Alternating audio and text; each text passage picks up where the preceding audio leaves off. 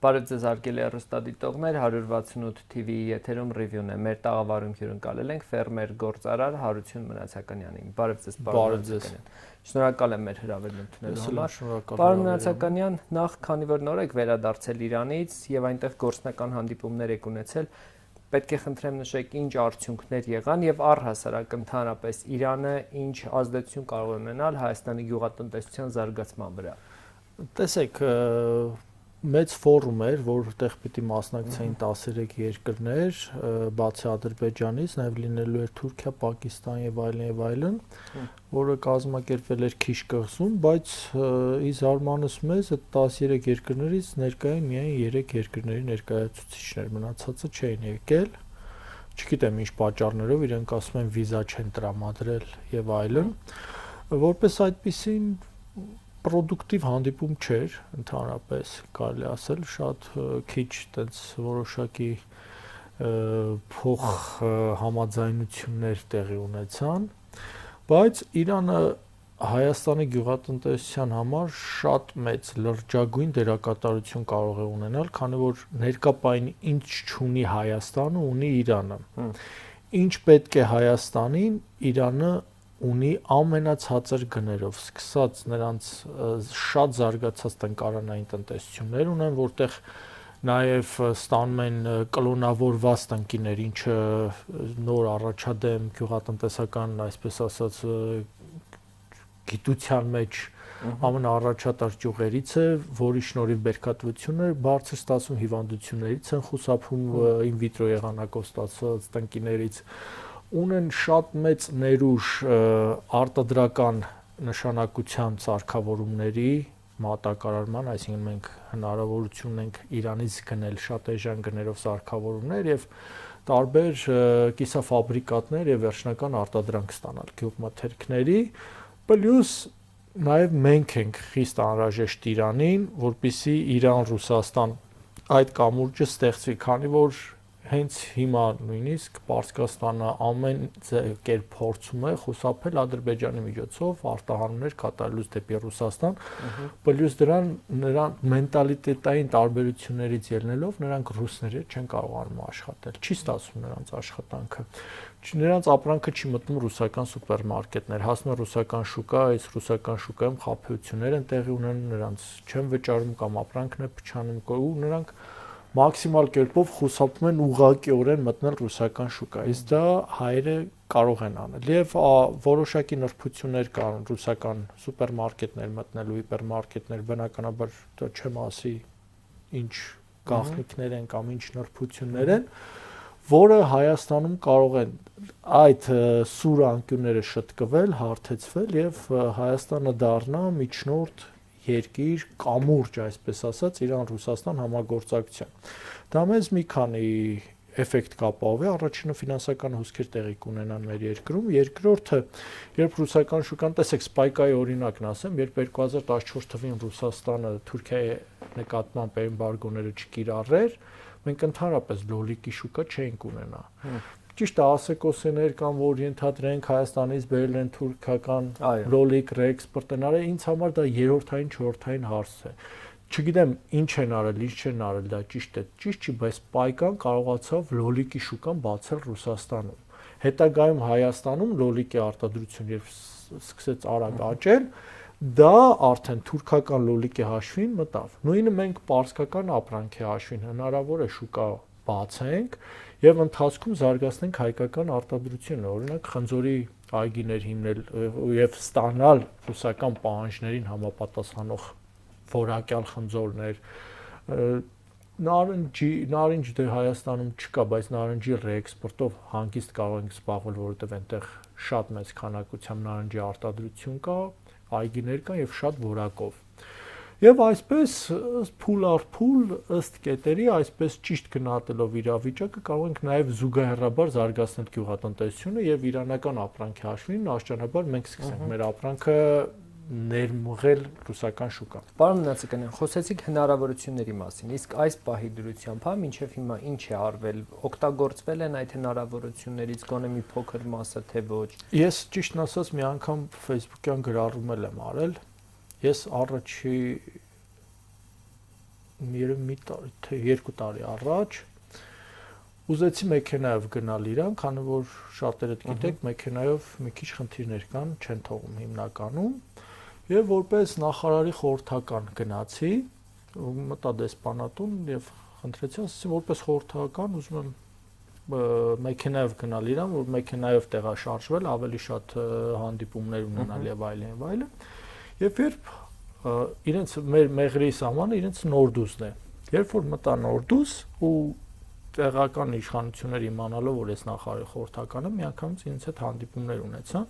եւ կարծեմ Մաքսայինի պետի հետ եմ հանդիպել, ինչը միանգամից եկավ հյուրասիրություն կազմակերպեց եւ առաջարկներ արեց, ասաց խնդրում եմ ներկայացրու ներկայ իշխանություններին 13 կետ, որ այս խնդիրները հարթելու դեպքում մենք մեծ սիրով մեր բեռնափոխադրումները կկատարենք Հայաստանով, Ադրբեջանով չի մտնի, քանի որ Ադրբեջանում ճանապարհային ոստիկաններն են մեր վարորդներին անընդհատ նեղում, կաշառք վերցնում, դժվարություններ ստեղծում Ադրբեջանից, երբ որ մտնում են Դաղստան հայերեն ասած, այնտեղ էլ են խնդիրներ առաջացնում։ Մեզ ձեռք կտա Հայաստանով, քանի որ ձեզ մոտ հենց միանգամից մաքսազերծ ենք ապրանքը, Վրաստանի տարածքով ավելի հանգիստ, ավելի անվտանգ է, ավելի քիչ են ճանապարհային ոստիկանները նեղացնում մեր վարորդներին, այդպես մտնենք ռուսական շուկա։ Ես հանդիպեցի մեր երկու պաշտոնյաների հետ ու փոխանցեցի տվյալները, իրենց պաշտոնի ասեցի կարող եք հանդիպում կազմակերպել մեր Մաքսայինի պետը, իրենց Մաքսային եւ այլն ու ոչինչ տեղի չունեցավ, այդպես էլ մնաց օդում։ Դա չեմ հիշում 2019-ին էր թե 18-ին։ Այսինքն հեղափոխությունից հետո էր, այո։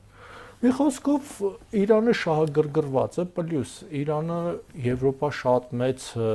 դեղաբույսերի արտահանբամբ էր զբաղվում, որը ներկա պահին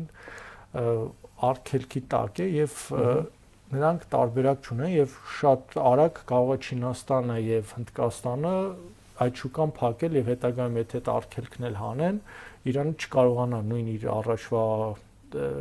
կլիենտներին, այսպես ասած, հաճախորդներին մատակարարել եւ նա շատ է ուզում, որ մեզ մոտ դեղաբույսերի արտադրություն, աճեցում հիմնվի, ստեղծվի, որ իրենց ապրանքն էլ մտնի, մեր ապրանքի հետ էքսպորտ կատարվի իրեն շուկա։ Պարոն Մնացականյան, վերջերս կառավարության նիստի ժամանակ Նիկոլ Փաշինյանն ասաց, որ էական շարժ է գրանցվել ինտենսիվ գյուղատնտեսության առումով, մեջբերեմ իր խոսքը 2019 թվականին 2018 թվականի համեմատ ինտենսիվ այգիների տարածքները 2.5 անգամ էին աճել, իսկ 2020 թվականին 2019 թվականի համեմատ 10 անգամ ինտենսիվ այգիները Հայաստանում աճել են 53 հեկտարից դառնալով 518 հեկտար։ Դուք տեղեկություններ ունեք, որքանով են հնչեցված թվերը ճշգրիտ եւ առհասարակ ինչպես է գնահատում ինտենսիվ գյուղատնտեսությունը Հայաստանում։ Այստեղ լավ կամ վատը ինտենսիվ այգիների աճը չէ, որովհետեւ տեսեք պայմաններ են ստեղծվել, տալիս են 50% cashback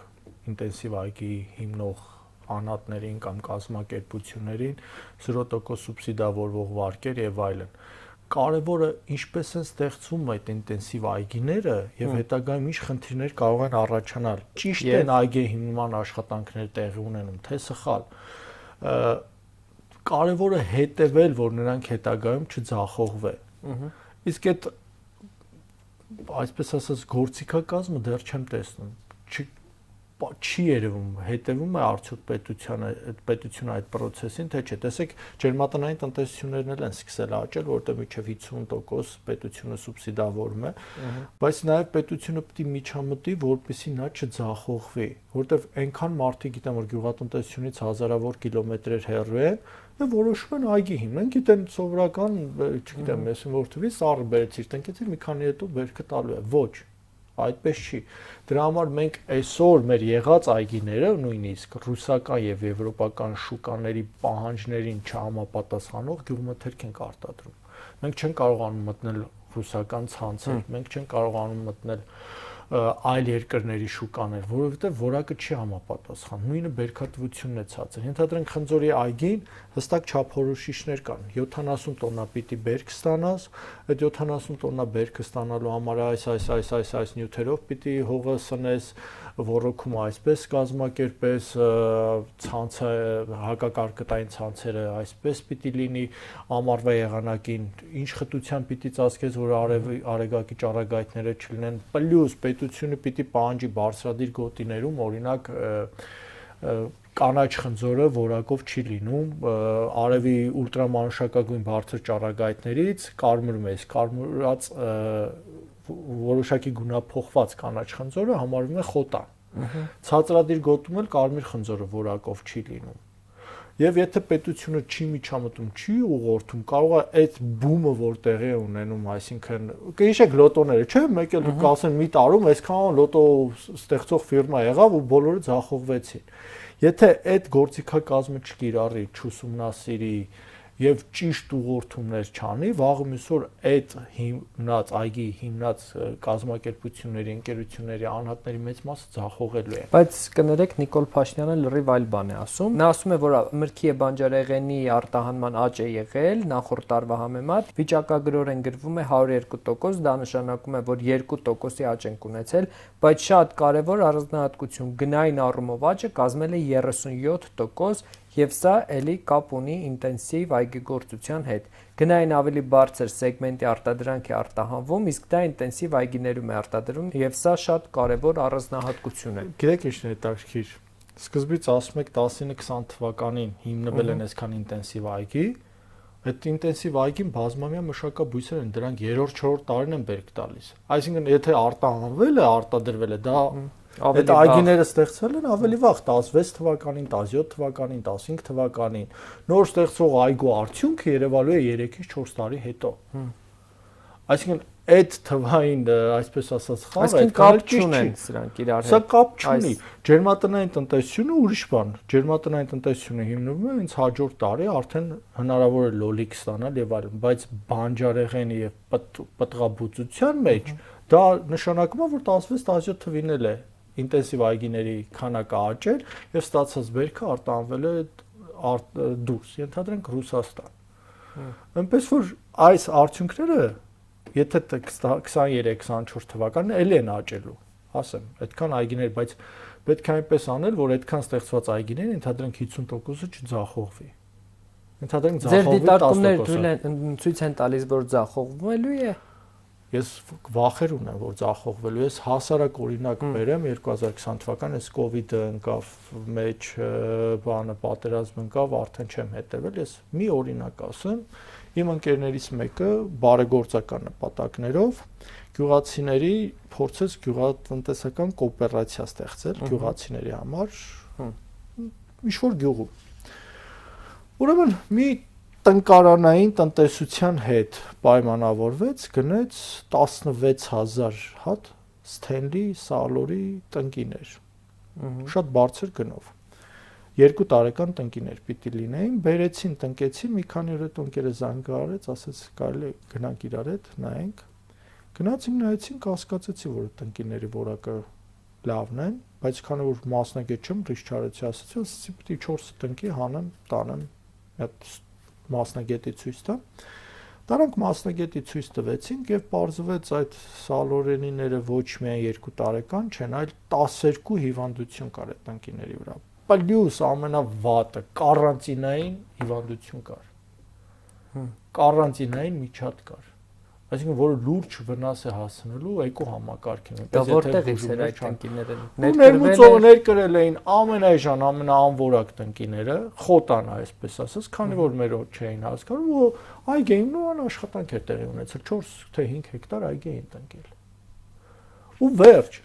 այդ այգին դատապարտվածը ձախողման, որովհետև դա այդ ծառերը նորմալ բերք չեն տալու, այդ ծառերը նորմալ շահույթ չեն ապավելու, այդ ծառերը սև քաղցկեղ կար, այդ սև քաղցկեղը 7 տարի հետո այդ ծառերը չորանալու են։ Ու այսինքն այդ տնտեսությունը հետագայում շարքից դուրս էր գալու։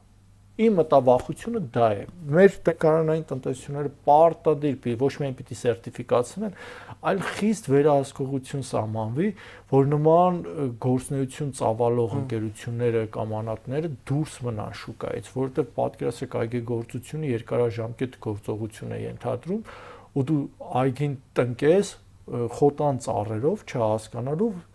7 տարի մշակես ծախսանես ու դու վերջնական ձախողվես։ Իսկ դուք անձամբ ավանդական թե ինտենսիվ այգեգործության 21-րդ դարի գյուղատնտեսության մեջ ավանդականը պիտի մոռացվի։ Ընդհանրապես պիտի մոռացվի, պիտի անցնես ինտենսիվ գյուղատնտեսության, այլապես դու ոչինչի չես կարող անցնել։ Ինտենսիվ գյուղատնտեսությունը այսօր հստակ, հաշվարկված, թվայնացված գյուղատնտեսություն։ Ինտենսիվ գյուղատնտեսություն, ենթադրենք դու հստակ հաշվարկը կա, ենթադրենք մի հեկտարի վրա պիտի տնկես 3300 հատ այս տեսակի ծառից։ Պիտի կատարես այս բուժումները, պիտի կարկտապաշտպան ցանցերը լինեն այս հաստությամբ, այս խտությամբ։ Պիտի հողի հաշվարկ անել, պիտի անընդհատ ճշգրիտ սնունդը մատակարար, որպեսզի ապրանքի որակը, պտղի որակը ամենաբարձրը ստացվի եւ ամենալավ ապրանքային տեսք ունենա։ Եվ պիտի քաղես այսքան տոննա բերք։ Եթե դրանից պակաս եղավ, դու ուրեմն խնդիր ունես, դու պիտի բուժումներ տես սխալ արել կամ սնուցումը կամ եւ այլն։ Ավանդականով դու չես կարող դա անել։ Դու չես կարող նորմալ տնտեսվարություն ունենաս։ Իսկ եթե գյուղատնտեսությունը չթվայնացնես, չգնաս թվայնացված տեսակի, եւ ներդրումները չեն գա, եւ արդյունավետ չես կարող կազմակերպել։ Բայց վերահսկողությունը պետք է շատ խիստ, որովհետեւ այս պայմաններում ես ասում եմ, հա, պետությունը 50% սուբսիդավորում է, պետությունը 0% վարկեր է տալիս, մարդիկ ողջավորված անում են, բայց ես այս արտահայտությունը միշտ ասել եմ, ոնց որ երեխայի ձեռը այբենարան տաս, ասես գնա դու քո ձեռով տարերը սովորի, կարդալ սովորի, արի։ Չէ, երեխային պետք է սովորեցնել։ Նույնը գյուղացին պետք է դառնա ֆերմեր։ Եթե գյուղացին չդառնա ֆերմեր, ինչ ուզում ես արա, գյուղացին ձախողելու է։ Այսօր 21-րդ դարը գիտությունը այնքան է զարգացել, այնքան նրբություններ կան գյուղատնտեսության մեջ, որ դու այդ ցիկլի մեջ մի կետ չպահելով կարող է ամբողջ համակարգը ձախողես։ Բայց կառույցներ կան, չէ՞, որ պետք է գյուղացիների հետ աշխատանք կանեն, մարզերում էլ կան դրանք։ Բայց կառույցներում նման որակի մասնագետներ կան, այսօր ինտենսիվ այգի հիմնելը լրջագույն գիտություն է պահանջում, լրջագույն։ Դու պիտի շատ լավ ագրոնոմներ ունենաս, շատ լավ բույսերի պաշտպաններ ունենաս, լավ թրեյդերների հետ աշխատես, որ թրեյդերներն էլ քեզ չխաբեն, ապրանքդ նորմալ իրացնեն, կամ ինքդ պիտի լավ կազմակերպես, լավ փաթեթավորում է պետք է անել այդ ապրանքիդ, ճիշտ ցուցադրում, ճիշտ սորտավորում, այդ ամեն ինչը այսօր գիտություն է։ Իսկ մենք չունենք այդքան մասնագետ։ Գործադիրը հաստատել է տնտեսական արձագանքման ծրագիրը եւ գործողությունների պլանը եւ ըստ փոխվարչապետ Տիգրան Ավինյանի ծրագրով նախատեսված է 12 նպատակային գործողություններ եւ 14 աջակցության ծրագրեր։ Նպատակային գործողությունների առանցքում են օրինակ գյուղատնտեսության ոլորտում բարձր ավելացված արժեք ստեղծող նոր մշակաբույսերի աճեցման եւ վերամշակման համար անհրաժեշտ նախապայմանների ապահովումը։ Այստեղ կարող եմ շատ կոնկրետ օրինակ բերել, դա արդյունաբերական կանեփն է, որի արտադրության դրական փորձ ունեն Ռուսաստանը, ԱՄՆ-ն եւ Չինաստանը։ Ես դրա մասին ակին խոսացել եմ մոտ 2 տարի բարձրաձայնում եմ, որ կանեփի աճեցումը ներկա պայմաններում, ներկա իշխանական համակարգի այս իրավիճակում, ներկա ոստիկանական համակարգի պայմաններում դա բերելու է լրջագույն խնդիրների, լրջագույն։ Մենք լուրջ խնդիրներ ենք ունենալու մի 2 տարի հետո։ Բացառապես պիտի փակել այս թեման, միջև մենք չունենանք նորմալ ոստիկանական համակարգ, նորմալ աշխատող։ Միջև չունենանք նորմալ լաբորատորիաներ, ինչ են իրանք առաջարկում, ասում են, ով որ շահագրգռված է այդ կանեփը, որ պիտի բերի սածիլը վաճառի գյուղացին աճեցնի տա իրանք ասում են մենք լաբորատորիան կբերենք, կդնենք։ Շահագրգիռ անձը, որ այդ լաբորատորիան բերի, այդ կանեփի մեջ THC-ին, տետրահիդրոկանաբինոլ նյութը, այդ թմրանյութը, այսպես ասած, որ լինի 0.3%-ից բարձր ինքը ասելու է։ Հարց եմ տալիս, շահագրգիռ անձը անելու է։ Տիգրան Ավինյանը որ տենց խոսում է ու սենց կանեփը սարքել են բան ոնց Պավլովնյանն էին սարքել բան փրկություն Հայաստանի Հանրապետության բլյուբերին էին սարքել շինշիլա բուծություն իմել անցել են կանեփի ուսումնասիրություններ կա 4 գոտի Հայաստանում ցանել են 2018 թվականին 4 գոտի աճեցրել են, հաշվել է, հետո որ ոստիկանությունը չհասկանալով կանեփը վերահսկել է այդ աճեցված, հետո հասկացել են ինչ են անում, արգրավել են։ Դա հասկանում եք դա ինչ է։ Բա այս համակարգով ուզում են բերեն, այդ կանեփի, հետո որ սկսի կանեփի թրաֆիկը մեծանալ թմրանյութի, սենց տարածվելու ամբողջ տարածաշրջանով, ամբողջ տարածքով, թռչունեցեր նա գոհանալու։ Դե իրենք ասում են, որ մենք սխալ ենք հասկանում, խոսքը արդյունաբերական կանեփի մասին է։ Խոսքը ես խոսում եմ արդյունաբերական կանեփից։ Կանեփի 3 տեսակ կա. ինդիկա, հնդկական, սացիվա, ռուդերալիս։ Ռուդերալիսը վայրի կանեփն է, սացիվան այդ մշակովի կանեփն է, որի THC-ին պիտի չանցնի 0.3%, 0.2-0.3, դա կոչվում է արդյունաբերական կանեփ։ Իրանք այդ արդյունաբերական կանեփը, որ որոշում են CBD յուղ ստանան, թելեր եւ այլն եւ այլն, այդ ինքնարժեքը հաշվել է։ Հաշվարկ ունեն, թող ինքնարժեքի հաշվարկ ունենան, որովհետեւ այն երկրները, ենթադրենք հոլանդիան արդյունաբերական կանեփի թույլտվություն ունի, Ֆրանսիան թույլ է տալիս եւ այլն եւ այլն։ Դա դրա հաշվեն, որ վաղը ստանան այդ CBD յուղը։ Մեկն էլ ալու էր բերե աճեցնում Հայաստանում։ Աճեցից վերջացեց, հասկացա ոչ միտեղ չի կարողանալու անել։ Կամ երկրորդ, այս Հայաստանում ինչքան նարկոման գիտեմ, իրանք են ամենաշատը ուրախացած կանեփի աճեցումով արդյունաբերական, որ իրանք ընդհանրապես պետք է չվերաբերի։ Ինչի հաշվին։ Ինչ են մարդիկ հիմնականը թմրամոլները շահագրգռված այս թեմայից։ Բա եթե արդյունաբերական կանեփա, ինչ, այսպես ասած, Դա ոստիկանները կգան ձեր հետևից, թող գան իմ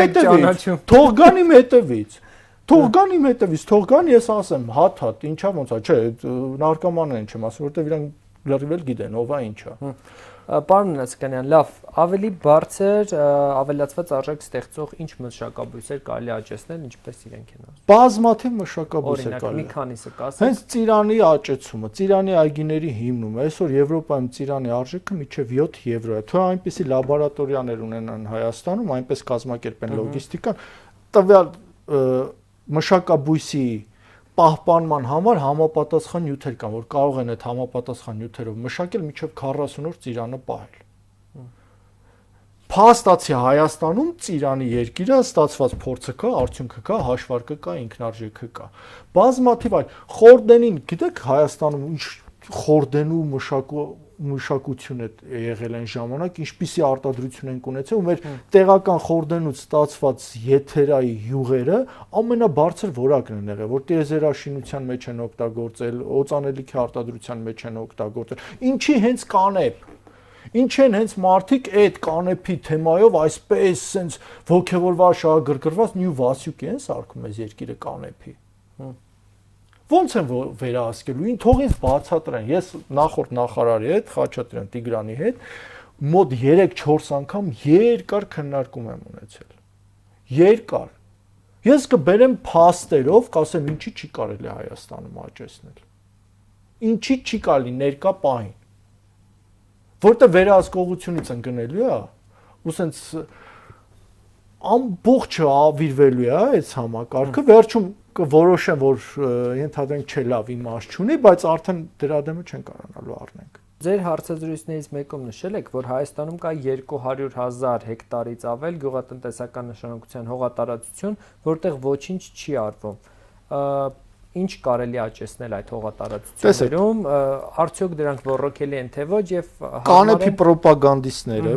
հիմնականում հենց այդ իմ ասած 200,000-ի վրա շեշտը դնում են, այ որ կանեփ աճեցնեն այդ 200,000 հեկտարը կօգտագործեն։ Դա բացառապես սուտ է։ Կանեփ այն մարդիկ, ովքեր այդ 200,000-ը չեն օգտագործում, կամ գումար չունեն, կամ հնարավորություն չունեն, կամ Հայաստանում չեն, կամ իրենց հետաքրքիր չէ այդ ոլորտը։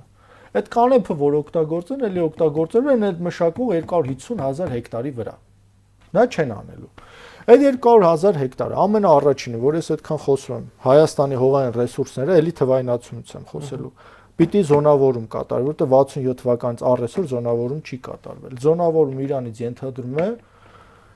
ամեն 2 կամ 10 հեկտարը մեկ հողի նմուշառում, հողի բաղադրության ուսումնասիրություն, կազմության ուսումնասիրություն,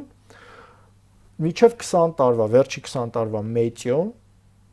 հաշվարկ, որի հիման վրա իմանալով ես հողը ինչ կազմություն ունի, ծովի մակարդակից ինչ բարձրության վրա եւ այլն, ըստ դրա ինչ մշակաբույս կարելի է աճեցնել, որը տվյալ տարածաշրջանում ամենալավ իրեն կզգա, ամենալավ արդյունքը կտա։ Երբ որ զոնավորումը կատարվի, անջրտի հողերում հարկավոր է հացահատիկային եւ հատիկանդեղենային մշակաբույսերի աճեցում պարտադիր փոխկապակցված, որ հողերը չդեգրադացվեն։ Մնացած մասերում որտեղ հնարավոր է ջրել, այգի հիմնման աշխատանքներ։ Իսկ որտեղ ամենավատ տեղերն են, որտեղ հողի որակը շատ ցածր է կամ քարքարոտ վայր են եւ այլն, ջերմատնային տնտեսությունների հիմնում եւ տարածում, այսպես ասած։ Ես շատ կողմ եմ, որ հիդրոպոնիկ ջերմատնային տնտեսությունները արգելվի հիմնել բերի հողերի վրա։ Արգելվի, որտեղ եթե կարելի է քարե ինչ որ վատ ժայռո տարածքում ջերմատնային տնտեսություն հիմնել, ափսոս է այդ հողը։ Այդ հողի վրա կարելի է ուրիշ մշակաբույս աճեցնել։ Մենք մեզ այդ ճոխությունը թույլ տալու իրավունք չունենք։ Զոնավորման մասով կարծեմ Գարնանը մեր տաղավարում ասցիք, որ նախարարի հետ քննարկվել է հարցը եւ կարծես թե Պարոն Խոջյանի հետ եմ խոսացել։ Ես միջև այլ պարոն Խոջյան Արմանի հետ կապի մեջ եմ, անդադ զանգում ենք, իրան գնալուց առաջ եմ հետը խոսացել, Իրանում եմ հետը խոսացել, չգիտեմ ինչա տեղի ունեցել, դե քանի որ COVID պատերազմ եւ այլն, այդ հարցին ես կպատասխանեմ մի քանի օր հետո, ինձ թվում է Խոջյանի հետ կխոսամ, նոր կասեմ ինչա կատարվել։ Այսինքն դրա հետ կապված հետաձգվել է կամ գուցե կատարվել է դուք գուցե կատարվել է, ես տեղյակ չեմ։ Կամ կատարվել, որովհետև դա մի քիչ երկարաժամկետ գործողություն է, մի տարի առնվազն պահանջում է, կարող է հիմա տեղի ունենալ, ես չգիտեմ։ Շնորհակալ եմ զրույցի համար։ Ես էլ եմ շնորհակալ։ 168 TV-ի եթերում ռիվյուներ, հետևեք մեր հետագա թողարկումներին։